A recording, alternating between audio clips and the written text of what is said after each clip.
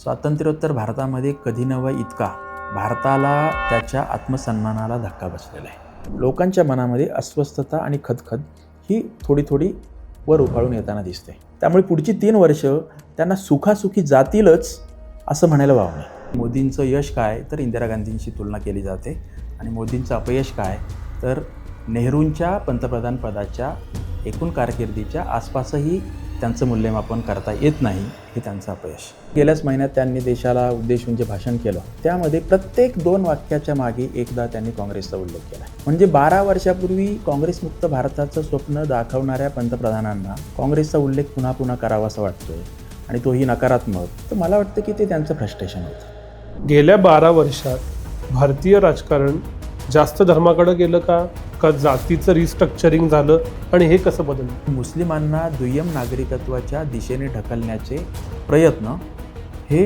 भाजपच्या राजवटीच्या काळामध्ये बऱ्याच जास्त प्रमाणात यशस्वी झालेत. नमस्कार, मी विनायक पाचलक आणि थिंक बँकच्या बिहाइंड द सीन्समध्ये तुम्हा सगळ्यांचं स्वागत. 26 मेला 2014 साली नरेंद्र मोदी भारताचे पंतप्रधान झाले आणि गेले 12 वर्ष एकतप कंटिन्युअसली या देशावरती भाजप प्रणित NDAची सत्ता आहे आणि नरेंद्र मोदी गेले 12 वर्ष पंतप्रधान आहेत. 12 वर्ष हा कालावधी देशावरती प्रभाव पाडायला पुरेसा मोठा आहे.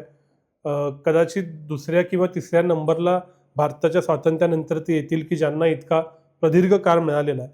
त्यामुळं या तपपूर्तीला नक्की काय या मोदी राजवटीचा भारतावर परिणाम झाला, त्याचे फायदे काय, तोटे काय, लोकांना काय मिळालं, हे सगळं समजून घ्यायचं आहे. त्यासाठीची आजची मुलाखत.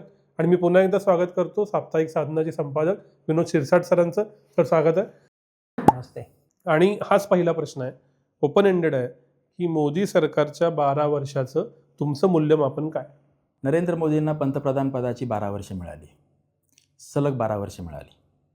अशा प्रकारचा इतका मोठा कालखंड आणि सलग कालखंड हा इंदिरा गांधींना मिळाला 1966 पासून तर 78 पर्यंत. आणि त्याहीपेक्षा मोठा कालावधी हा जवाहरलाल नेहरूंना मिळाला. 1946 पासून म्हणजे हंगामी पंतप्रधान समोर ठेवले तर तेव्हापासून तर 1964 पर्यंत म्हणजे जवळपास 18 वर्ष. नेहरू हे स्वतंत्र भारताचे, आधुनिक भारताचे शिल्पकार म्हणवले जात होते. आणि 2014ला नरेंद्र मोदी सत्तेवर आले तेव्हा मोदींनी निमित्तबरोबर हे शोधलं होतं. ठीक आहे, निवडणुकांचे निकाल लागले, त्याचवेळी शपथविधी होणार होता.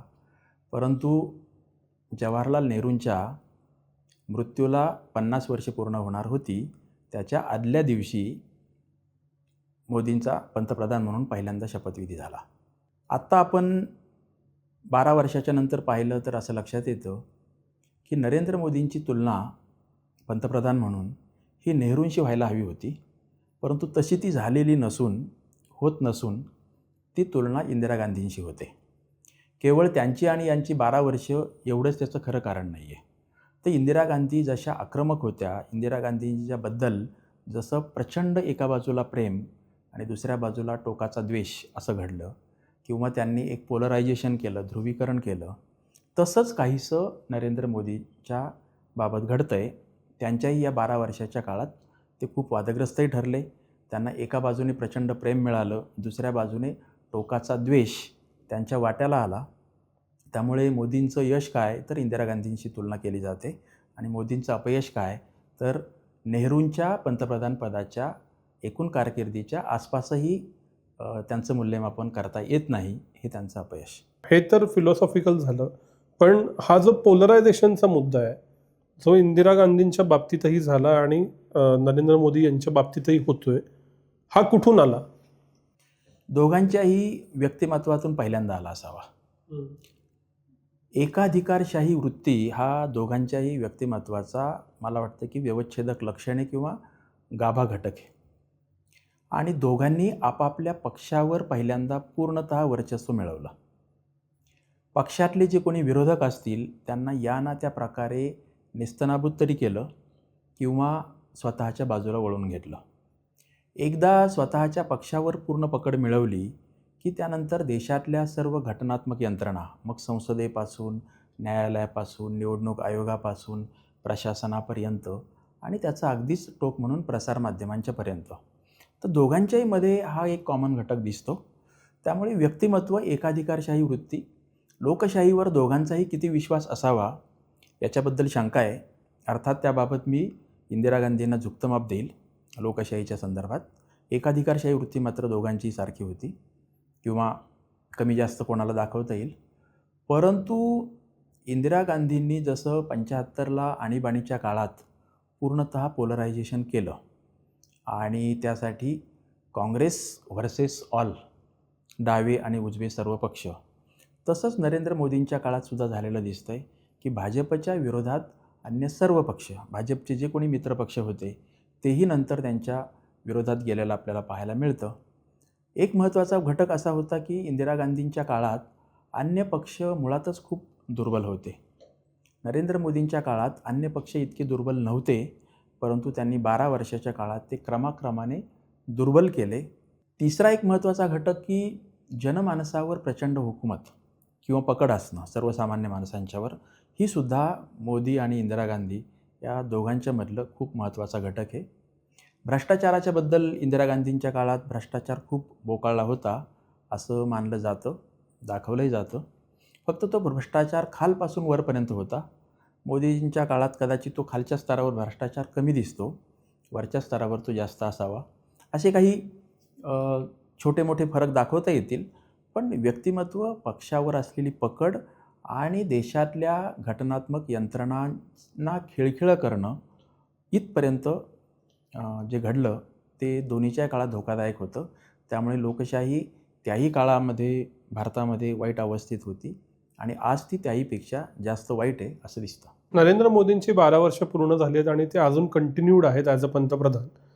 त्यांना काय लिगसी सोडून जाविषयी वाटत असेल, जेव्हा केव्हा ते पुढं कधीतरी रिटायर होतील, सत्ता बदल होईल, त्यावेळेला ती नेहरूंच्या बरोबरीची असेल, कारण तुलना करायचा प्रयत्न होतो, गांधींसारखी असेल, इंदिरा गांधींसारखी, का वेगळी असेल? मला असं वाटतं की नरेंद्र मोदींनी इंदिरा गांधींच्यावर, त्यांच्या कार्यपद्धतीवर, व्यक्तिमत्वावर टीका केल्याचे प्रसंग फारसे दिसत नाहीत.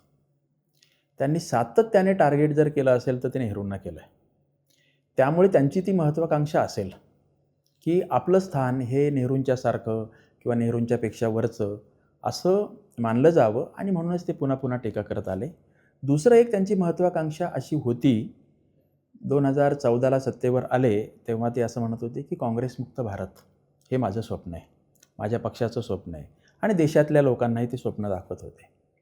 परंतु आत्ता गेल्याच महिन्यात त्यांनी देशाला उद्देशून जे भाषण केलं, राष्ट्राला उद्देशून केलेलं जे भाषण होतं, त्यामध्ये प्रत्येक 2 वाक्याच्या मागे एकदा त्यांनी काँग्रेसचा उल्लेख केला आहे. म्हणजे 12 वर्षापूर्वी काँग्रेसमुक्त भारताचं स्वप्न दाखवणाऱ्या पंतप्रधानांना देशात पूर्ण वर्चस्व स्वतःच्या पक्षाचं असताना, सरकारचं असताना, काँग्रेसचा उल्लेख पुन्हा पुन्हा करावासा वाटतोय, आणि तोही नकारात्मक, आणि काँग्रेस हा देशाला किती धोकेदायक आहे, काँग्रेसने किती नुकसान केलं आहे. तर मला वाटतं की ते त्यांचं फ्रस्ट्रेशन होतं, आणि 12 वर्षापूर्वी जे स्वप्न पाहिलं काँग्रेसमुक्त भारताचं ते पूर्ण होताना दिसत नाही याचा तो पुरावा आहे. अनेक लोक असं म्हणतील की अरे काँग्रेसचे किती दुर्बल अवस्थेत आहे, काँग्रेसचे नेते किती 100च खासदार आहेत, BJP त्याच्या कितीतरी पुढे आहे. परंतु नरेंद्र मोदी या बाबतीमध्ये भारतातल्या इंटेलेक्च्युअल क्लास आणि सर्वसामान्य माणसं आणि मीडिया याच्यापेक्षा थोडे तरी अधिक पुढचं पाहू शकतात असं मला वाटतं. मोदींना हे दिसत आलं आहे की काँग्रेस पक्ष दुर्बल आहे, परंतु काँग्रेस विचार दुर्बल या देशातला झालेला नाही आहे. आणि काँग्रेसमुक्त भारत म्हणजे केवळ काँग्रेस पक्ष संपवणं किंवा केंद्रीय सत्तेपासून घालवणं किंवा राज्यातली सत्ता घालवणं इतकं मर्यादित त्यांचं स्वप्न नसावं. काँग्रेसचा जो काही विचार आहे हा विचार संपवणं किंवा पूर्णतः निष्प्रभ करून टाकणं हे त्यांचं उद्दिष्ट होतं.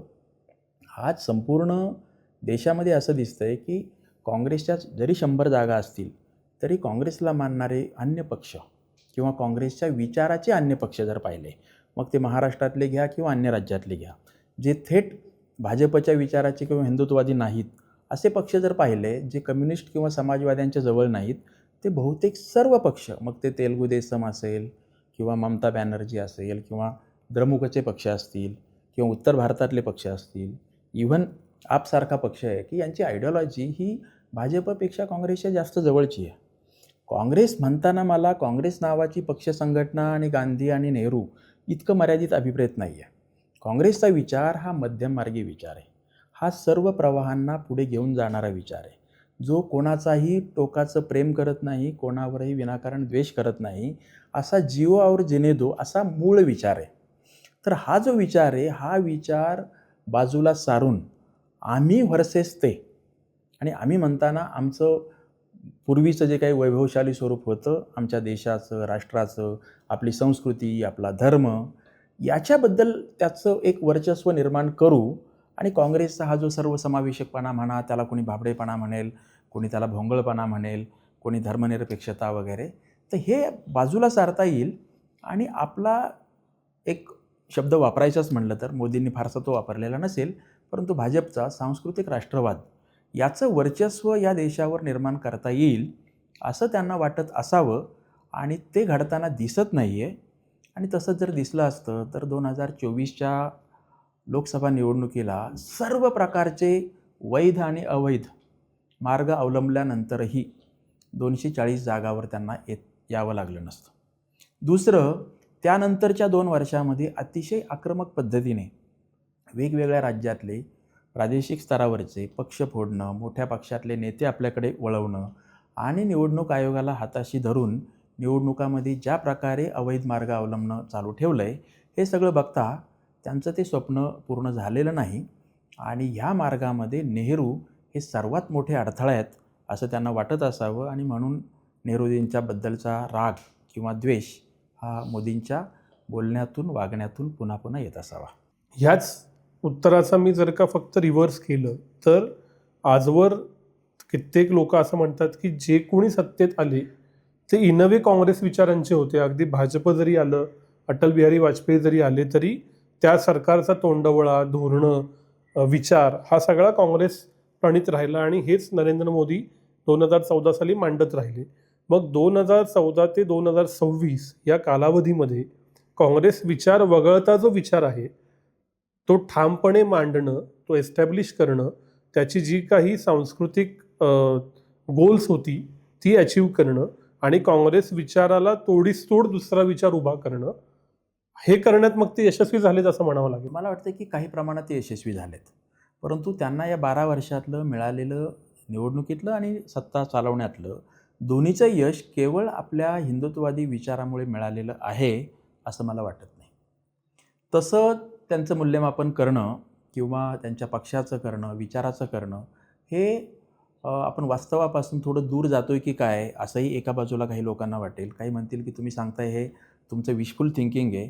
पण माझी अशी पक्की धारणा आहे की मोदींना, भाजपला जे यश मिळालेलं आहे, तर पहिलं त्यांचा म्हणून जो काही विचार होता जो 2014च्या पूर्वीचा, तो 2014 नंतरच्या 12 वर्षात अधिक संघटितपणे, अधिक घट्टपणे, अधिक आक्रमकपणे लोकांच्या समोर घेऊन जाता आला. त्या विचाराला जे कोणी अनुकूल लोक होते ते अधिकाधिक एकत्रित आले, संघटित झाले. जे काठावर होते त्यांनाही स्वतःकडे वळवण्यामध्ये त्यांना यश मिळालं. परंतु त्यांच्या एकूण वाटचालीमध्ये, यशामध्ये मी असं म्हणेल की ढोबळमानाने हा 1/3 पार्ट होता. दुसरा 1/3 भाग असा होता की विरोधी पक्ष मुळातच दुर्बल होते आणि यांनी ज्या पद्धतीने विरोधी पक्षांचं सातत्याने खच्चीकरण केलं, सगळे वैध आणि अवैध मार्ग सगळे अवलंबून, त्याहीमुळे त्यांना मिळालेलं 1/3 यश आहे. आणि तिसरं, यांची स्वतःची असलेली कार्यक्षमता, भाजपचे अंतर्गत सगळ्या प्रकारचे जे काही मतभेद असतील ते वर येऊ न देणं, संघ आणि भाजप यांच्यामध्ये किमान पातळीवरचा संवाद, संपर्क राहील, म्हणजे संघटन ज्याला आपण म्हणू, पक्ष संघटन, हे सगळं टिकवणं, याला 1/3 यश आहे. आयडियॉलॉजीचं यश जर म्हणत असाल तर ते 1/3 आहे. ते जर आधी 25% असेल तर आता आपण असं म्हणू की 33% त्यांना हिंदुत्ववादाला यश मिळालं आहे. त्याच्यापेक्षा खूप जास्त आहे असं मला काही वाटत नाही. हे तर झालं पॉलिटिकल ॲनालिसिस. पण एखादी व्यक्ती जेव्हा एक हाती 12 वर्ष सरकार चालवती त्यावेळी ती इतके असे निर्णय घेती ज्याचा ऑफकोर्स लॉंग टर्म इम्पॅक्ट होतो. तर ह्या लेवलला, पब्लिक पॉलिसीच्या लेवलला नरेंद्र मोदी सरकारच्या 12 वर्षाचं तुम्ही कसं मूल्यमापन करा? कोणत्याही केंद्र सरकारच्या बद्दल जे देशासाठीची म्हणून धोरणं ठरवण्याचं काम त्यांच्याकडे जे असतं, त्यामध्ये काय येतं तर प्रामुख्याने अर्थव्यवस्था. दुसरा भाग येतो परराष्ट्र धोरण, तिसरं येतं संरक्षण आणि चौथं गृह खातं. म्हणजे संपूर्ण देशातलं एकूण कायदा आणि सुव्यवस्था जरी त्या राज्यातला शहराचा भाग असला तरी संपूर्ण देशाचं जे काम आहे गृह खातं हे त्यातलं महत्त्वाचं आहे. या चारही खात्याच्या संदर्भात जर पाहिलं तर वा म्हणावं अशी स्थिती चारही ठिकाणी तुम्हाला दिसत नाही. कमी अधिक यश कमी अधिक प्रमाणामध्ये दिसतं. आता आपण टप्प्याटप्प्याने जर गेलो तर अर्थव्यवस्थेच्या बाबत आत्ताच गेल्या 2-3 आठवड्याच्या काळात त्यांनी जी काही वक्तव्य केलेली आहेत ती पाहता देशाची अर्थव्यवस्था काही फार सुदृढ आहे असं म्हणता येत नाही. फक्त एक आहे की गेल्या 12 वर्षात अर्थव्यवस्थेमुळे काहीतरी खूप मोठं अराजक सदृश्य परिस्थिती निर्माण झालेली आहे असंही तुम्हाला दिसत नाही. आणि आत्ताचंही जे काही चित्र दिसतं आहे त्याला कदाचित जागतिक स्तरावरची युद्ध आणि अन्य परिस्थिती मोठी कारणीभूत आहे. तरीही मी असं म्हणेल की अर्थव्यवस्था बऱ्यापैकी चालवली हे आपण त्यांचं यश मानायला हरकत नाही. परंतु खूप मोठ्या आर्थिक काहीतरी सुधारणा केल्यात आणि बदल घडून आणलेत असं दिसत नाही. उलट कल्याणकारी योजना आणि आर्थिक सुधारणा या दोन्हीचा जर विचार केला तर जेवढ्या मोठ्या प्रमाणात आर्थिक सुधारणा व्हायला हव्या होत्या तेवढ्या त्या मोदींच्या काळात झालेल्या दिसत नाही आहेत. कल्याणकारी योजनाची अंमलबजावणी काँग्रेसच्या तुलनेत ही जास्त चांगली झाली असावी असं म्हणायला वावे. याला कारण मोदींचं सरकार हाच असा एक भाग आहे. तसं एकूणच तंत्रज्ञानामध्ये झालेले बदल, डिजिटलायझेशन होणं याचाही त्या कल्याणकारी योजना यशस्वी होण्यामध्ये वाटा आहे. परंतु अर्थव्यवस्थेमध्ये मी म्हणेल की संमिश्र चित्र आहे की खूप ओव्हरवेल्मिंग म्हणावं असं काही घडलेलं नाही, मात्र निराशा म्हणावी असंही नाही. परराष्ट्र धोरणाच्या बाबतही असेच आहे की परराष्ट्र धोरण म्हटलं की तुम्ही व्यापाराच्या संदर्भात आणि महासत्तांच्या संदर्भात काय तुमची धोरणं ठेवता किंवा कशा प्रकारचं तुमचं वर्तन राहिलं आहे. आत्ता मागच्या 2-3 वर्षाच्या काळात विशेषतः ट्रम्प पुन्हा एकदा सत्तेवर आल्याच्यानंतर एकूण अमेरिकेबरोबर भारताचं रिलेशन कसं आहे त्याबद्दल अमेरिकेच्या राष्ट्राध्यक्षांनी भारताच्या पंतप्रधानांची किंवा भारताची अनेक वेळा जी खिल्ली उडवली ती बघता अमेरिकेबरोबर काही फार चांगले संबंध आहेत, मैत्रीपूर्ण असं म्हणायला वाव नाही. चीनबरोबर 2020च्या दरम्यानच्या काळात जो काही एक थोडासा कॉन्फ्लिक्ट झाला होता त्याच्याबद्दल पुढं काहीच घडलेलं नाही, पण तरीही मोठं युद्ध चीनबरोबर करावं लागलं नाही या देशाला. थोडीशी नामुष्की त्यावेळी पत्करली, सहन केली आणि चीनबरोबर जैसे ते स्थिती ठेवली. याला जर यश म्हणायचं असेल तर ते निश्चित आहे. परंतु चीनच्या संदर्भात जे काही चालू होतं त्याबद्दल भारताला काहीतरी खूप कुरघोडी करता आली चीनवर आणि तो काही यांच्या परराष्ट्र नीतीचा एक जय आहे असं म्हणता येत नाही. रशियाबद्दलचंही साधारणतः असं आहे की रशियाबद्दलची स्थिती रशियाने स्वतःला आणि जगातल्या काही घटकांना संकटात टाकायचं ठरवलं म्हणून रशिया त्यांच्या दिशेने वाटचाल करतो आहे. पण भारत आणि रशियाचे संबंधही यथातथ आहेत. इतर भारताला मित्रराष्ट्र म्हणावेत असे कोण आहेत? उलट भारताचे शेजारचे जे राष्ट्र आहेत ते यापूर्वीच्या सरकाराच्या काळात जरी मित्र म्हणत नसतील तरी भारताला एकदम विरोधक किंवा भारताची भीती वाटणं, भारताच्याबद्दल वाईट विचार करणं, चुकीच्या पद्धतीने मांडणी करणं असं घडत नव्हतं. आत्ताही घडत नसेल, परंतु ते भारताचे मित्र आहेत, जवळचे आहेत, शेजारी आहेत अशी स्थिती दिसत नाही. त्यामुळे भारताला खरोखर या 12 वर्षाच्या काळात मित्र म्हणावेत असे राष्ट्र किंवा एक सद्भावना आहेत असे दिसत नाहीत. ही झाली परराष्ट्र धोरणाच्या संदर्भातली स्थिती. तिसरा येतो संरक्षणाच्या बाबत. तर संरक्षण आणि परराष्ट्र हे एकमेकांना जोडलेले आहेत. पाकबरोबरचे संबंध भारताचे पूर्ण 12 वर्षाच्या काळात हे 1-2 थोडेसे अपवाद सोडले तर कायम तणावाचे राहिलेले आहेत. दुरावा वाढलेला आहे. पूर्वीच्या सरकारच्या काळात एवढंच नाही तर अगदी वाजपेयीच्या सरकारच्या काळातही आदानप्रदान सुरू होणं, काही प्रमाणामध्ये वाटाघाटी होणं असं घडत होतं.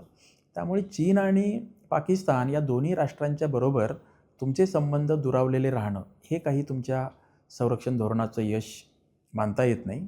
आणि चौथा येतो गृह खातं. तर गृह खात्याचं त्यातली त्यात दाखवता येईल असे 2 महत्त्वाचे मुद्दे. एक आहे नक्षलवाद, जो अंतर्गत सुरक्षिततेला सर्वात मोठा धोका होता आणि मनमोहन सिंग यांनी त्यांच्या पंतप्रधानपदाच्या काळामध्ये तसं विधान केलंही होतं. तर दृश्य रूपामध्ये मात्र असं म्हणता येईल की नक्षलवाद संपवण्याच्या प्रक्रियेमध्ये आत्ताच्या केंद्र सरकारला म्हणजे गृह खात्याला तुलनेने बरंच जास्त यश मिळालं आहे. त्याला केंद्र सरकारची धोरणं किती कारणीभूत आणि एकूणच जागतिक पातळीवरून कम्युनिझम आणि कम्युनिझमचा वारसा सांगणारे नक्षलवाद आणि नक्षलवादाच्या चळवळीचा उगम 70च्या दशकात झाला. त्या चळवळीला जर आता 50पेक्षा अधिक वर्षे होऊन गेलेले असतील तर त्या चळवळीचंही एकूण भ्रमनिरास होणं, नवी भरती न होणं याला अंतर्गतही कारणं असतील. तरीही नक्षलवाद संपवण्याच्या प्रक्रियेमध्ये विद्यमान केंद्र सरकारला, गृह खात्याला मोठं यश आलं असं आपल्याला म्हणता येऊ शकेल. दुसरं यश जे पुन्हा एकदा अर्ध यश अर्ध अपयश असं म्हणावं लागेल ते म्हणजे 370 कलम रद्द करणं आणि काश्मीरमध्ये ज्या काही पद्धतीने गेली 5-6 वर्ष शांतता प्रस्थापित करण्याचे प्रयत्न चाललेत त्याचं सगळं चित्र बाहेर अजूनही पुरेसं येत नाही. पहिली 2-3 वर्ष तर येत नव्हते. मात्र काश्मीरमध्ये भारतातल्या वेगवेगळ्या भागातून लोकांचं जाणं येणं खूप मोठ्या प्रमाणात वाढलं आहे आणि 6 वर्षानंतरही काश्मीर तेवढा धगधगताना दिसत नाही.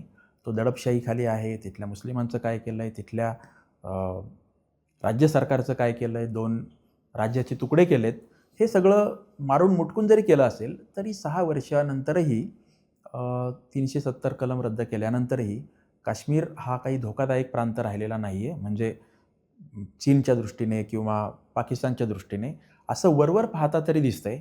त्यामुळे मी म्हणेल की देशाच्या गृह खात्याला काश्मीर आणि नक्षलवाद या दोन्हीच्या बाबतचं यश त्यांच्या खात्यावर आपल्याला नोंदवता येईल. तर ह्या 4 बाबतीमधलं हे संमिश्र यश आणि अपयश आहे.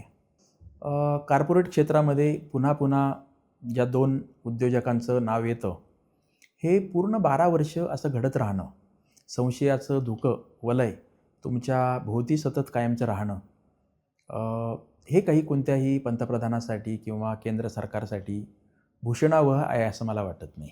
त्यामुळे उद्योगाच्या बाबतही असं एक संमिश्र चित्र आहे. सर्वात धोकादायक बाब मला ही अशी वाटते की शिक्षणाच्या क्षेत्रामध्ये मात्र मोदी सरकारच्या काळात आणि त्यातही उच्च शिक्षणाच्या क्षेत्रात जे काही घडलं आहे ते खूपच जास्त वाईट आहे. कारण वेगवेगळ्या विद्यापीठांचे कुलगुरू आणि विद्यापीठांचे वेगवेगळे विभाग यांच्याशी संबंध येतो तेव्हा विद्यापीठांच्या कुलगुरू पदावर आणि रिसर्च इन्स्टिट्यूटच्या प्रमुख पदावर मोदी सरकारच्या काळात ज्या प्रकारची माणसं आलीत आणि त्यांनी ज्या प्रकारे त्या इन्स्टिट्यूट किंवा विद्यापीठं चालवली आणि त्यामुळे बाकीच्या सर्व घटकांचं जे खच्चीकरण झालं तिथल्या प्राध्यापकांच्यापासून विद्यार्थ्यांच्यापर्यंत आणि रिसर्च करणाऱ्यांचं, तर मला वाटतं की ही पण एक अतिशय वाईट गोष्ट घडलेली आहे. त्यामुळे प्रमुख 4 आणि आणखी 3-4 असे 7 ते 8 घटक जर केंद्र सरकारचे समोर मानले तर देशामध्ये 12 वर्षे सरकार राहिलं आहे तर मग हे इतकं जर समाधानकारक नसतं तर कशाला राहिलं असतं असा प्रश्न कोणाच्या मनात येईल. म्हणून मी असं म्हणतो की हे संमिश्र चित्र आहे. त्याच्याबद्दल खूप कौतुक करावं असं काही नाही. बाकी मुद्द्यांवर येतो, पण हा जो विरोधाचा, खदखदीचा, असंतोषाचा मुद्दा आहे तो काही प्रमाणात कॉक्रोच जनता पार्टीतनं दिसला की त्याला एक प्रकारचं सेंटिमेंट ॲनालिसिस असं म्हणता येईल की काहीतरी बाबा आहे. इतकं दिसत असताना मग विरोधी पक्ष की ज्यांना समजा आत्ता सगळ्यात चांगली जमीन आहे, जागतिक परिस्थिती भारताच्या विरुद्ध आहे, लोकांच्या मनात राग आहे, ते कुठं गायब झाले? एक बाबतीत घडलं असं की काँग्रेस विरोधी पक्ष म्हटलं की देशाच्या स्तरावर फक्त एकच होता, काँग्रेस होता. परंतु काँग्रेसची घसरण मागची जवळपास 30 वर्ष ही क्रमाक्रमाने चाललेलीच होती. काँग्रेसने पक्ष संघटनेकडे दुर्लक्ष केलं हे नरसिंहराव पण सांगत होते. मनमोहन सिंग हे स्वतः राजकीय नेते नव्हतेच. त्यामुळे त्यांच्या काळातही पक्ष संघटनासाठी स्वतः त्यांनी काही वेळ दिला अशातला भाग नाही. सोनिया आणि राहुल, सोनियांच्या काळात काही प्रमाणात वरच्या स्तरावर स्वतःचा पक्ष आणि अन्य पक्षातले नेते यांना धरून ठेवण्याचं काम झालं. राहुल यांच्या बाबतीत तसंही घडताना दिसत नाही आहे. राहुलने तर सुरुवातीला पक्षाच्या अध्यक्षपदाचा राजीनामा दिला, बराच काळ ते अध्यक्षपद रिकामं होतं. मग सोनियांच्याकडे हंगामी अध्यक्षपद दिलं आणि त्याच्यानंतर खरगे यांच्याकडे दिलं. खरगे यांच्याविषयी कितीही आदर असला, त्यांच्या व्यक्तिमत्वाविषयी, त्या ज्या समाज घटकातून आले त्याविषयी, परंतु अशा पडत्या काळात किंबहुना काँग्रेसच्या सर्वाधिक वाईट काळामध्ये खरगेंच्याकडे अध्यक्षपद जाऊ देणं हे काही शहाणपणाचं लक्षण होतं असं मला वाटत नाही. अधिक डायनॅमिक अध्यक्ष काँग्रेसला तिथे मिळायला हवा होता. परंतु तशी डायनॅमिक माणसं मुळात काँग्रेसने स्वतःकडे फारशी ठेवलीच नाहीत. G23 गटाचं जे काही मागच्या पंचवार्षिकमध्ये जे काही घडलं तर त्यातले खूप चांगले महत्त्वाचे नेते दूर गेले, काही थकले. त्यापैकी अनेकांना मास बेस नव्हता हे खरं आहे, परंतु पक्ष संघटनेच्या पातळीवर काहीतरी करायला पाहिजे असं त्यांचं म्हणणं होतं. ते काही राहुल आणि सोनिया यांनी ऐकलेलं नाही. राहुल यांच्याविषयी चांगले पण अनेक गोष्टी बोलता येतील. विशेषतः भारत जोडो यात्रेच्या नंतर त्यांनी स्वतःला बरंचसं बदलवलं. पप्पू ही इमेज पूर्णतः विस्मरणात गेलेली आहे. अतिशय कणखरपणे, अतिशय टोकदारपणे केंद्र सरकारच्या विरोधात, पंतप्रधानांच्या विरोधात, भाजप आणि संघाच्या विरोधात खूप टोकदारपणे ते बोलत आहेत. आणि त्यांच्या स्वतःच्या एकूण निर्भयपणाविषयी, हुशारीविषयी जरी फार काही आक्षेपाचा मुद्दा नसला तरी पक्ष संघटनेत त्यांना कितपत रस आहे, निवडणुका जिंकण्यात त्यांना कितपत रस आहे, ही मात्र कायमची शंका वाटत आलेली आहे. त्यांना स्वतःला पण पंतप्रधान होण्यामध्ये रस नाही, हे तर त्यांनी अनेक वेळा सूचित केलेलंच आहे. त्यामुळे देशातला सर्वात मोठा विरोधी पक्ष जो सत्ताधारी राहिला आहे, त्या पक्षाचं नेतृत्व हे जर असं असेल की सत्ता मिळवण्याची आकांक्षा नाही, पक्ष संघटनेकडे दुर्लक्ष करायचं आहे आणि पक्ष संघटनेची अवस्था इतकी वाईट झालेली आहे, कदाचित ते लक्ष देत नसतील की इतकं फाटलेलं आहे आभाळ, ते कुठं कुठं शिवायचं. म्हणून त्याकडे दुर्लक्ष करून आपण जे काही मुख्य केंद्रीय सत्तेवर आहेत त्यांना टार्गेट करू, मग बाकीचे सगळे आपल्याबरोबर येतील, अशी काहीतरी त्यांची धारणा असावी. तर हे त्यांचं मुख्य कारण आहे. आणि दुसरं, राज्यातले जे अन्य पक्ष आहेत, प्रादेशिक पक्ष आहेत, जे राज्याची सत्ता अर्धी किंवा पूर्ण मिळवलेली आहे, मिळवत आहेत, त्यांना कसं खच्चीकरण करायचं सर्व मार्गाने, त्यांच्यामध्ये मग फूट पाडणं, त्यांचे नेते आपल्याकडे वळवणं, त्यांना तपास यंत्रणांचा धाक दाखवून नियंत्रणाखाली ठेवणं, तर हे भाजपने खूप मोठ्या प्रमाणात केलेलं आहे. त्यामुळे भाजपला इतका दीर्घकाळ या पद्धतीने काम करता आलं. त्याच्यातलं मी म्हणालो की 1/3 यशच त्यांच्या भूमिकेचं, आयडिओलॉजीचं आहे. 1/3 हे विरोधी पक्षाला दडपून ठेवणं, सर्व प्रकारचे कूटनीती अवलंबून, सामदाम दंडभेद, यामध्ये त्यांचं मोठं यश दडलेलं आहे. मुद्दा एकच आहे की याला सहनशक्तीला अंत कधी आहे किंवा ही सहनशक्ती संपेल कधी. आणि अशा प्रकारचे राजकीय पक्ष पण नसतील की जे जनतेच्या, भरडल्या जाणाऱ्या जनतेच्या आवाजाला काहीतरी बाहेर वाचा फोडतील, असे नसतील. तर ती जनतेच्या मनातली खदखद निर्माण होईल, ती अधिक वाढत जाईल. कदाचित अशी पण वेळ येईल की कोणीही फार मोठा नेता नसताना त्याला एक आउटलेट मिळेल आणि भाजपला, आपल्या केंद्र सरकारला खूपच मोठा धक्का बसेल. कारण 2024ला कोणालाही वाटत नव्हतं की 240पर्यंत येतील. भविष्यकाळामध्ये कोणीच मोठा नेता नसतानाही अशा प्रकारचे उद्रेक होऊ शकतात. मात्र निवडणूक आयोगाला आपल्याला हवं तसं वापरता येणं, यामध्ये केंद्र सरकारला जे यश मिळालं आहे हे जास्त धोकादायक आहे. आणि निवडणूक आयोग जे काही करतो आहे त्या संदर्भात हस्तक्षेपाची भूमिका न बजावता, साहसी भूमिका न बजावता, सर्वोच्च न्यायालयापासून न्यायालयीन सगळ्या यंत्रणा काहीशा अलिप्ततेच्या, काहीशा तटस्थतेच्या किंवा बचावात्मक भूमिकेमध्ये जेव्हा वावरतात, तेव्हा देशाच्या समोरचा धोका जास्त आहे असं मला वाटतं. तरीही हे खूप जास्त काळ सहन केलं जाईल असं मला वाटत नाही. राजकारण आहे म्हणल्यावर राजकारणी राजकारण करणारच, मग ते एक्स्ट्रीमला जाणारच, हे जसं आपण गृहीत धरतो.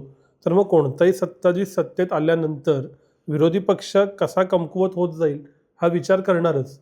मग अशा वेळेला सत्ताधाऱ्यांनी दडपशाही केली म्हणून विरोधी पक्ष आवाज करत नाहीये का, काय अडचण आहे? मी सत्ताधाऱ्यांवरती पण येतो, पण हा सहज सुचलेला मुद्दा नाही. हे बघा, आपण कोणत्याही राजकीय पक्षाने सत्तेवर आल्यानंतर त्यांनी जो काही अजेंडा ठरवलेला आहे तो अजेंडा राबवणं हे स्वाभाविक आहे. विशेषतः तुम्ही तुमच्या जाहीरनाम्यामध्ये जे घोषणा केलेल्या असतील किंवा निवडणुकीच्या काळामध्ये जे काही तुम्ही सांगितलेलं असेल ते करणं स्वाभाविक आहे. दुसरं, स्वतःला सत्ता मिळवायची असेल आणि ती राबवायची असेल तर विरोधी पक्षाला आवाज करू न देणं, विरोधी पक्षाला वेगवेगळ्या युक्त्या करून, वेगवेगळे मार्ग अवलंबून नियंत्रणाखाली ठेवणं, हे कुठल्याही राजकीय पक्षाने करणं अपेक्षित आहे. परंतु हे वैध मार्ग अवलंबून करणं अपेक्षित आहे.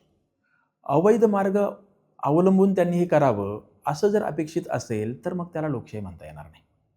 मग त्याला राजेशाही म्हणता येईल की हा राजा होता आणि मग त्याने प्रेमात आणि युद्धात सगळं माफ असतं असं म्हणून सगळं नाही, आता हे युद्ध आहे तर युद्धामध्ये सगळं चालून जाईल.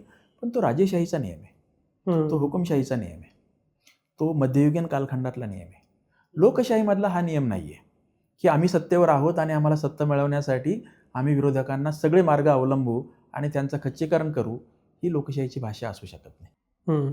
सो दुसरा जो मुद्दा आहे की ज्याचा तुम्ही आत्ता ओझरता उल्लेख केलात की व्यक्ती केंद्रित राजकारण, जे पुन्हा इंदिरा गांधींच्या काळातही झालं होतं, पक्षापेक्षा व्यक्तिश्रेष्ठ, यंत्रणेपेक्षा व्यक्तिश्रेष्ठ, हा बदल आता कायमस्वरूपी झालेला आहे का रिव्हर्सेबल आहे?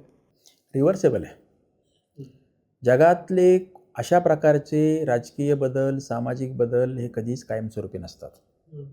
एक वेळ सामाजिक बाबतीत काही बदल तरी कायमस्वरूपी म्हणू आपण, की ज्या रूढी, परंपरा, काही जुन्या प्रॅक्टिसेस ज्या टाकून दिल्यात आणि समाज पुढे सरकला. राजकीय बाबतीमध्ये मात्र सतत चढउतार चालू राहतात. समाज राजकीय बाबतीत पुढे पण जातो, मागे पण येतो. फक्त लोकशाहीमध्ये असं अपेक्षित असतं की पुढे पुढे जात राहावा आणि 2 पावले पुढे आणि 1 पाऊल मागे असं जरी झालं तरीही त्या देशाचं 1 पाऊल पुढे पडतं असं मानलं जातं. त्यामुळे भारताच्या संदर्भातही 1975च्या काळामध्ये अनेक लोकांना वाटत होतं की पुन्हा देशात लोकशाही येईल का नाही. इंदिरा गांधी जरी गेल्या तरी काँग्रेसची ज्या प्रकारची सगळी सत्ता होती, हापापलेले काँग्रेसचे नेते होते, ते बघता शिवाय इंदिरा गांधींचा पुढचा वारस म्हणून संजय गांधी, म्हणजे इंदिरापेक्षा संजयबद्दल तर जास्त भीती होती आणि हा तर पुढचे 25 वर्ष सत्ता सोडणार नाही असं अनेक लोकांना त्यावेळी वाटत होतं. आणि त्यावेळी ते आफ्रिकेतल्या देशांची उदाहरणं देत होती. आफ्रिकेमध्ये अमुक अमुक देश बळकावला आणि 40 वर्ष 45 वर्ष कोणी कशी सत्ता ताब्यात ठेवली हुकुमशहांनी. परंतु भारताला स्वातंत्र्य लढ्याचा मिळालेला वारसा, भारताची असलेली प्रचंड विविधता, विषमता, जात, धर्म, भाषा, प्रांत, नंतर भारताचा असलेला प्रचंड आकार आणि लोकांनी स्वातंत्र्याची चाखलेली चव, लोकशाहीचा घेतलेला अनुभव हे पाहता एकाधिकारशाही चालवून घेतली जाईल असं भारताचा इतिहास सांगत नाही. गेल्या 75 वर्षांचा असे वेगवेगळ्या राज्यामध्ये कोणीतरी एकाधिकारशाही प्रवृत्तीने काम करायला आले. अनेक प्रादेशिक पक्षांचे नेते पण तसं वागत होते, पण त्याच्यामध्ये बदल झालेत. केंद्राच्या बाबतही ते होणार. ते आत्ता होणार का आणखी 4 वर्षांनी का आणखी 10 वर्षांनी, हे 2 घटकांच्यावर अवलंबून आहे. एक, सत्ताधारी किती हुशारीने वागतायत, हुशारीने म्हणताना तळागाळापर्यंतचा उद्रेक नियंत्रित ठेवणं, विरोधी पक्षांना काबूत ठेवणं हे किती घडतं आहे. आणि दुसरं, जनतेची सहनशीलता किती आहे आणि विरोधी पक्ष किंवा सरकारचे विरोधक जे कोणी आहेत हे किंमत चुकवण्याची किती तयारी ठेवतात. या 3-4 घटकावर ते अवलंबून आहे. परंतु इरिव्हर्सिबल असं काही नाही. तुम्ही 2 शब्द बोललात, जात आणि धर्म. गेल्या 12 वर्षात भारतीय राजकारण जास्त धर्माकडे गेलं का जातीचं रिस्ट्रक्चरिंग झालं आणि हे कसं बदललं किंवा कसं बदलवलं गेलं? भारतात धर्माच्याबद्दल म्हटलं तर उघड सरळच हिंदू मुस्लिम 2च येतात. दुसरे जे आहेत त्यांची एकूण लोकसंख्याही कमी आहे. आणि सुदैवाने या 12 वर्षात ख्रिश्चन आणि शीख यांच्याबद्दलचे खूप मोठे कॉन्फ्लिक्ट राष्ट्रीय स्तरावर दिसले नाहीत. राज्यामध्ये त्या राज्यात त्या ठिकाणी छोट्या प्रमाणामध्ये ते घडलं. मुस्लिमांच्या बाबत मात्र भारतातल्या सर्व प्रांतामध्ये हे घडलं आणि मुस्लिमांना दुय्यम नागरिकत्वाच्या दिशेने ढकलण्याचे प्रयत्न हे भाजपच्या राजवटीच्या काळामध्ये बऱ्याच जास्त प्रमाणात यशस्वी झालेत. मुस्लिमांच्याकडून देशभरामध्ये उद्रेक झालेले नाहीत. अगदी छोटे त्याला काहीतरी प्रतिक्रिया आलेल्या असतील, उद्रेक झालेले नाहीत. मुस्लिम समाजाच्या आतमधली ती सहनशीलता ही आता टोकाला गेलेली आहे असंही दिसतंय. त्यामुळे भविष्यामध्ये तो धोका निर्माण होऊ शकतो की माणसं किंवा कोणताही समाज किती अवहेलना सहन करणार. केवळ धर्माच्या आधारावर इथपर्यंत नाही, दुय्यम नागरिकत्वाच्या अधिकारापर्यंत पण येत नाही आहे, तर तुम्हाला मतदानाच्या अधिकारापासून वंचित ठेवणं इथपर्यंत ते घडत असेल आणि 20% अधिक लोकसंख्या असलेल्या मुस्लिम समाजाला या देशाच्या मंत्रिमंडळात एकही मंत्री नसणं, या देशाच्या सर्वात मोठ्या असलेल्या भारतीय जनता पक्षाकडे, सत्ताधारी पक्षाकडे एकही खासदार मुस्लिमांचा नसणं, एवढे 2 जरी आयाम लक्षात घेतले आणि राज्यामधली एकूण स्थिती पाहिली तर मुस्लिम समाजाचं किती खच्चीकरण झालं आहे आणि ते करण्यामध्ये भाजपला यश मिळालेलं आहे हे पाहिलं तर कोणताही देशप्रेमी नागरिक, लोकशाहीप्रेमी नागरिक आणि ज्याला आपल्या देशाची भविष्याची चिंता आहे, हा देश एकत्र राहावा, अखंड राहावा, त्याला काळजी वाटल्याशिवाय राहणार नाही असं मला वाटतं. दुसरा भाग आहे तो जातीच्या संदर्भात. जातीच्या संदर्भात सामान्यतः आरक्षण हाच मुद्दा केंद्रस्थानी राहिला. आरक्षणामुळे वेगवेगळे उद्रेक वेगवेगळ्या ठिकाणी झालेले आहेत. परंतु भाजपने किंवा संघाने आता मुस्लिम हाच प्रमुख आपला शत्रू किंवा विरोधक असं प्रत्यक्ष अप्रत्यक्षपणे जाहीरपणे किंवा जाहीर न करता असं मानलेलं असणं आणि त्यांना टार्गेट केलेलं असणं, यामुळे कदाचित यांच्याकडून केंद्रीय नेत्यांच्याकडून किंवा आयडिओलॉजी म्हणून, भूमिका म्हणून हिंदू समाजातल्या अंतर्गत जातीच्या संदर्भात काही आक्रमक किंवा प्रक्षोभक करण्याचे प्रयत्न थेट झालेत असं दिसत नाही. मात्र वेगवेगळ्या ठिकाणी जातीच्या मधले स्वतःचे अहंकार, उच्चवर्णीय आणि दलित किंवा दलित आणि बहुजन, मुख्य कारण जरी त्याला आरक्षणाचं असलं तरी त्या पातळीवरचे छोटे छोटे प्रादेशिक असे काही मुद्दे निर्माण झाले. त्यामुळे मला असं वाटतं की वेगवेगळ्या जाती थोड्या अधिक जाग्या झाल्या, अस्मिता त्यांच्या जाग्या झाल्या, सत्तेमध्ये आपल्याला वाटा हवा असं त्यांना वाटायला लागलं. जी काही प्रगती होते आहे, जे काही समाज आणि जग पुढे जात आहे त्याच्यामध्ये आम्हालाही मिळायला पाहिजे, आमचंही स्थान असलं पाहिजे असं वाटायला लागणं आणि त्यामुळे वेगवेगळ्या प्रकारचे छोटे मोठे उद्रेक पाहायला मिळणं म्हणजे जातीयवाद वाढला आहे असं मला वाटत नाही. मला उलट वाटतं की जातीयवाद त्या अर्थाने या देशामध्ये नियंत्रित आहे, मात्र हिंदू मुस्लिम यांच्यातली दरी, यांच्यातला तणाव हा मात्र केंद्र सरकारने खूप वाढवलेला आहे. अजून एक असं म्हणलं जातं की गेल्या 12 वर्षात भारतीयांच्या स्वभावात एक फरक पडला की पूर्वी भारतीयांच्यात एक इन्फिरिटी कॉम्प्लेक्स होता, आता त्याची जागा राष्ट्राभिमानानं, ज्याला कुणी म्हणजे हिंदुत्व आणि राष्ट्रवाद यांचं कॉम्बिनेशन असं म्हणतं, राष्ट्रीय राजकारणाचं पॉलिटिक्स म्हणतं, पण इन्फिरियरिटीची जागा ही आत्मसन्मानानं घेणं हा बदल झाला आहे का, आणि झाला असेल तर ते या राजकीय व्यवस्थेचं यश आहे का? मला उलटं वाटतं. मला वाटतं की स्वातंत्र्योत्तर भारतामध्ये कधी नव्हे इतका भारताला त्याच्या आत्मसन्मानाला धक्का बसलेला आहे. हे माझं विधान ऐकून अनेकांना धक्का बसेल, परंतु वस्तुस्थिती ही आहे की भारताला उंच मान करून आमच्या स्वतःच्या अशा काही गोष्टी मिरवण्याची जी पूर्वी एक हौस होती, एक सवय होती, ती त्यावेळी ज्यांना होती त्यांना आता लाज वाटते. आता उलटं असं घडत असेल की त्यावेळी आमचा भारत कसा पिछाडीवर आहे, मागे आहे असं ज्यांना कोणाला वाटत होतं त्यांना आता वाटत असेल की आमच्या देशाची मान उंचावली.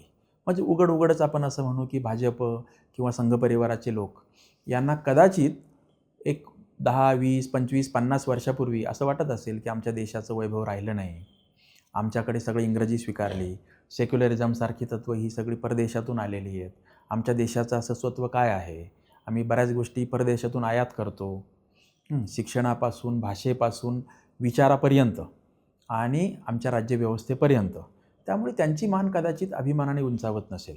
बाकीच्या सगळ्या लोकांना मात्र, इतर लोकांना, ज्याला आपण नेहरूवियन पद्धतीचे मध्यममार्गी विचाराचे लोक होते, त्यांना पूर्वी जास्त अभिमान वाटत होता. त्यांना असं वाटत होतं की या देशातलं जे जे वाईट आहे ते आम्ही बाजूला सारतो आहे आणि जगातलं जे जे चांगलं आहे, आधुनिक आहे, मग तो वैज्ञानिक दृष्टिकोन असेल किंवा आधुनिक राज्यपद्धती असेल, ही आम्ही स्वीकारतो आहे.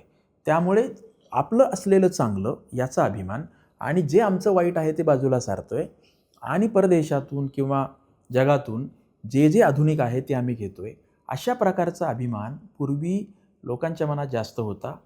आत्ता ते उलटं झालं आहे की आमच्या देशाला अमुक व्यासपीठावर अमुक पंतप्रधान, अमुक राष्ट्रपती यांनी कसं मानाने आणि सन्मानाने वागवलं आहे हे टी व्हीवर खूप मोठ्या प्रमाणात दिसतं किंवा दाखवलं जातं.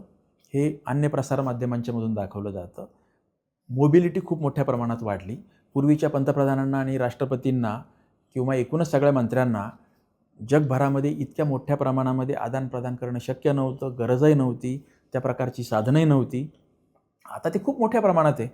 त्यामुळे असं फसवं समाधान आपण करून घेतोय का की आमचे पंतप्रधान बघा जगभरात गेले, 40 वर्ष कधी नॉर्वेला कोणी गेलं नाही, आत्ता जाऊन आले. पण असं जाऊन आले आणि फोटो तिथं मिरवले किंवा वर्तमानपत्रातून प्रसिद्ध झाले म्हणजे आपल्या देशाला सन्मानाने वागवलं जातं असं खरं नाही आहे. मग तर पूर्वी मनमोहन आणि यांच्या काळात आपल्या आसपासच्या राष्ट्रांनाही सन्मानाने वागवलं जात होतं. मग अगदी ते भूतान असो, नाहीतर श्रीलंकेचे पंतप्रधान असो. तसं भारताच्या बाबतही अन्य राष्ट्रांच्या मध्ये आत्ता जर घडत असेल, मग अमेरिका असो, नाही तर जपान असो, नाही तर चीन असो, तर त्यात काही फार कौतुक करावं आणि आपली अभिमानाने मान वर करावी असं दिसत नाही.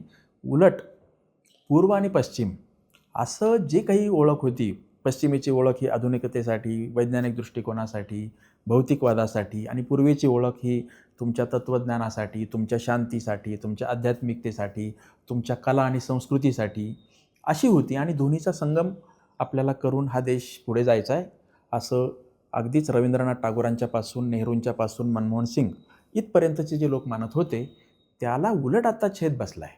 तुम्ही या मुलाखतीच्या पहिल्या काही मिनिटांमध्ये जे ॲनालिसिस केलं त्यात जवळपास सर्व क्षेत्रांमध्ये संमिश्र असं मत दिलं. तेव्हापासून हा विचार डोक्यात आहे की एक मोदी मॉडेल गेल्या 12 वर्षात इव्हॉल्व झालं का, की ज्याच्यामध्ये गरीब वर्ग आहे त्यांना विदाऊट भ्रष्टाचार रेशन मिळेल, DBTमुळं पैसे मिळतील, वेगवेगळ्या सपोर्टनं रिडिस्ट्रीब्युशन ऑफ वेल्थ जी ॲक्च्युली लेफ्ट संकल्पना मानली जाते त्यानं तो वर्ग शांत राहील, मध्यम वर्गाला त्यांची सांस्कृतिक, धार्मिक, राजकीय प्रतीकं पुढं जाताना दिसतील, ते आनंदी राहतील, आणि मग एलिट क्लासला कॉर्पोरेट टॅक्स कमी करणं, त्यांच्यासाठीचे सगळे मार्ग ओपन करून देणं, मग अगदी इन्सॉल्वन्सी कोडपासून ते सगळं असं करून समाजातल्या सर्व घटकांना कमी अधिक प्रमाणात खुश, समाधानी किंवा शांत ठेवणं असं एक मॉडेल इव्हॉल्व झालं का, आणि हे मग त्यांचं यश आहे? हो, असं मॉडेल इव्हॉल्व झालं आहे असं निश्चित म्हणायला वावे, आणि हेच त्यांचं यश आहे. म्हणजे हे म्हणायचं का, तर मी म्हणेल की हेच त्यांचं यश आहे. 12 वर्ष ते सत्तेवर का राहू शकले, तर ते याच कारणामुळे. त्यांना हेही माहीत आहे की आपल्याला खरा विरोध हा जर आयडिओलॉजी या अंगाने असेल, तर हा वर्ग नेहमीच समाजामध्ये कमी आहे. तो प्रभावी आहे त्या त्या क्षेत्रामध्ये, परंतु हा अल्पवर्ग आहे. मात्र या अल्पवर्गाला वेगवेगळ्या प्रकारे कधी थेट किंवा कधी अप्रत्यक्षपणे बाजूला सारा. यांचा ज्यांच्यावर प्रभाव आहे त्यांच्याशी आपण जुळून घ्या. म्हणजे तुम्ही त्यांना जर खुश केलं, तळागाळातल्या वर्गाला, तर जे कोणी समाजवादाची मांडणी करतील, विषमतेच्याबद्दल बोलतील, महागाईच्याबद्दल बोलतील, त्यांची धार बोथट होईल. म्हणजे लोकांना जीवनावश्यक वस्तूची महागाई यासाठी पूर्वी पाण्यापासून तर रॉकेलपासून तर अन्य धान्यापर्यंत जे काही मोर्चे वगैरे निघत होते, आता जर तुम्ही जवळपास 2/3 वर्गाला त्यांचं काम न करताही महिनाभरातलं जेवण होऊ शकेल या प्रकारचं धान्य त्यांना तुम्ही देऊ शकत असाल, तर ते कोणाचं ऐकतील? जे कोणी विषमतेची भाषा बोलतील आणि आपण भिकेला लागलो आहोत आणि आपल्याला रोजगाराचा प्रश्न आहे असं जे त्यांच्यासमोर जातील त्यांचं ते ऐकणार नाही आहेत. त्यामुळे त्यांनी सेपरेट केलं. असं वेगवेगळ्या घटकांच्याबद्दल म्हणता येईल, शहराच्याबद्दल म्हणता येईल, शिक्षणाच्याबद्दल म्हणता येईल. मुलाखतीच्या शेवटच्या टप्प्यातले प्रश्न असे आहेत. पहिला हा की 12 वर्ष हा मोठा कालावधी झाला आणि आत्ता तरी पुढचे 3 वर्ष कमीत कमी हे सरकार राहील आणि नरेंद्र मोदी पदावरती राहील असं दिसतं. ह्या सरकारचा, या रिजिमचा एक तप आपल्याकडे खूप मोठं मानलं जातं. या तपाच्या अनुभवानंतरचा पुढचा प्रवास कोणत्या दिशेनं असेल असं वाटतं? 2024च्या इलेक्शन नंतर बरोबर 2 वर्ष पूर्ण झालीत, आणि आत्ताचं जर कालखंड जर पाहिला तर मोदी सरकारच्या संदर्भात लोकांच्या मनामध्ये अस्वस्थता आणि खदखद ही थोडी थोडी वर उफाळून येताना दिसते. त्यामुळे पुढची 3 वर्ष त्यांना सुखासुखी जातीलच असं म्हणायला वाव नाही. की या 3 वर्षामध्ये खूप मोठ्या प्रमाणात उद्रेक होऊ शकतात. आत्ताचं जे कॉक्रोच जनता पार्टीचा उल्लेख तुम्ही केला, कॉक्रोच जनता पार्टी मुळातच हे काही खूप सिरियसली त्यांनी काही केलेलं नाही, एक गंमत करायची म्हणून केली. फक्त एका सेन्सिटिव्ह माणसाने केलेली ती गंमत आहे, एका विचारी माणसाने ती गेलेली गंमत होती. तो हलून गेलेला होता, हादरलेला होता, अस्वस्थ झालेला होता आणि त्यातून केलेली ती गंमत आहे. तो एक ब्लॅक ह्युमर होता.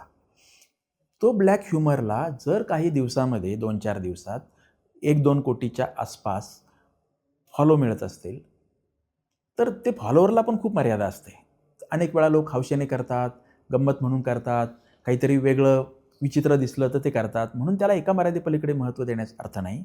परंतु त्याचा गाभा घटक तरी हा लक्षात घेतला पाहिजे की 2 कोटी लोक 2 ते 4 दिवसामध्ये अशा काहीतरी पोस्टवर जर क्लिक करत असतील, फॉलो करत असतील, तर ती जनता पार्टी पुढे कॉक्रोच जनता पार्टी काय करेल, तो येईल का नाही, होईल का नाही, हा खूप लांबचा भाग आहे.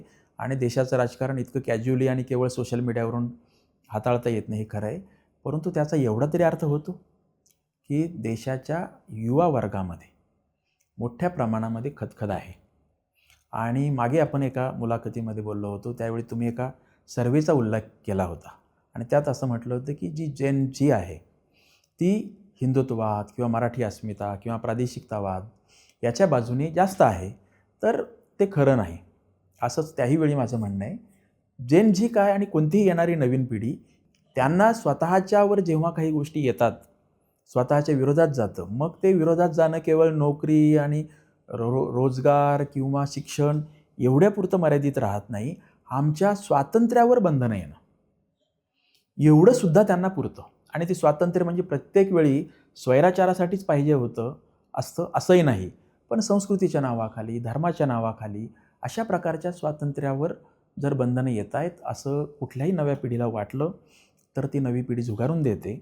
आणि जगाचा इतिहास पाहिला तर सर्व एकाधिकारशाह्याच्या विरोधात, म्हणजे लोकशाहीचा इतिहास जर पाहिला तर जिथे जिथे लोकशाही डबघाईला आली आणि जिथे जिथे एकाधिकारशाही होती तिथे तिथे उद्रेक झालेला आहे, तो युवा वर्गातून झालेला आहे. त्याला नेतृत्व जुन्या पिढीतलं असेल, मधल्या पिढीतलं असेल किंवा नव्या पिढीतलं असेल. त्याला काही वेळा नेतृत्व अण्णा हजारेसारख्या एकदम गावरान शहाणपण असलेल्या माणसाचं मिळालं, कधी जयप्रकाश नारायणसारख्या 70 उलटलेल्या माणसाचं मिळालं, परंतु उद्रेक झालेले आहेत ते नव्या पिढीकडून. त्यामुळे आत्ताच्या बाबतही, आत्ताच्या केंद्र सरकारच्या बाबतही पुढच्या 3 वर्षात तसं जर झालं, घडलं तर कोणालाही आश्चर्य वाटू नये, धक्का बसू नये. 12 वर्षाच्या अनुभवानंतर बऱ्याचशा त्या भाजपच्या जाहीरनाम्यातल्या गोष्टी झालेल्या आहेत. उद्रेकाची जरी चर्चा, अपेक्षा लोक मांडत असली तरी ओव्हरऑल कार्यकारभार चालू आहे, अनुभव गाठीशी आलेला आहे. तुमच्या अपेक्षा काय आहेत कमीत कमी राहिलेल्या 3 वर्षातून? त्याने डेमोक्रॅटिक पद्धतीने वागावं अशा माझ्या अपेक्षा आहेत. परंतु घडताना उलटं दिसतंय. म्हणजे भाजपसारख्या राजकीय पक्षाला केंद्राची सत्ता मिळाल्यावर, राज्याची सत्ता मिळाल्यावर जे काही एक आत्मिक समाधान मिळायला पाहिजे, आपला विचार अधिकाधिक प्रभावीपणे कसा पोहोचवता येईल, आपल्याला सत्ता मिळाल्यानंतर त्या सत्तेचा वापर अधिक चांगला कसा करता येईल, या दिशेने त्यांचा विचार किंवा त्याचा रोख हा प्रामुख्याने असायला पाहिजे. इथे घडतं असं की तो रोख आहे परंतु तो मर्यादित आहे. त्यांचा खरा रोख आपल्याला सत्तेची अन्य सर्व ठिकाणं मिळाली पाहिजेत आणि त्यासाठी सर्व प्रकारचे गैरप्रकार आपण स्वीकारायला हरकत नाही.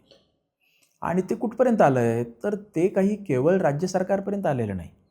विरोधी पक्ष नेस्तनाबूत करणं, मोडतोड करणं म्हणजे विरोधकच राहणार नाहीत.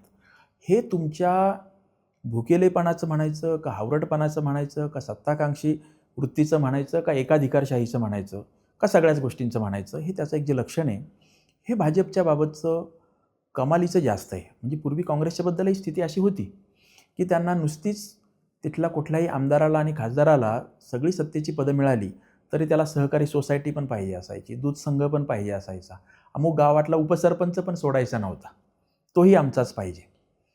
तसं किंबहुना त्याच्यापेक्षा खूप जास्त प्रमाणामध्ये भाजपचं आता व्हायला लागलं आहे. त्यामुळे भाजप साहित्य परिषदांच्यापर्यंत यायला लागलं. मुंबईतली जी एशियाटिक सोसायटी आहे तिथपर्यंत आलेलं आहे. एशियाटिक सोसायटीमध्ये किंवा महाराष्ट्र साहित्य परिषद पुणे किंवा नागपूरची विदर्भ साहित्य संघ, या तीनही ठिकाणी आधीच्या ज्या काही संस्था आहेत त्या मध्यममार्गी काँग्रेसच्या विचाराच्या जवळच्या म्हणाव्यात, म्हटलं तर भोंगळ, म्हटलं तर फार निष्प्रभ, भाबडे, अकार्यक्षम, असं सगळं काय काय होतं. परंतु त्या ताब्यात घेण्यासाठी भाजपने ज्या प्रकारे आपली माणसं पेरली आणि तिथं वर्चस्व मिळवलं, सर्व प्रकारचे गैरप्रकार अवलंबून, हे बघता भाजपची ही भूक थांबणार तरी कधी, हा प्रश्न मात्र चकित करणार आहे, धक्का देणार आहे, चिंतेत टाकणार आहे. तर याच मुद्द्यावर थांबू. नरेंद्र मोदी सरकारच्या 12 वर्षाचं विश्लेषण, प्रश्न सगळे तुम्ही मांडलेत. लोक त्याच्यावर नक्की विचार करतील. पुन्हा भेटू, पण आज इथंच थांबूया. धन्यवाद.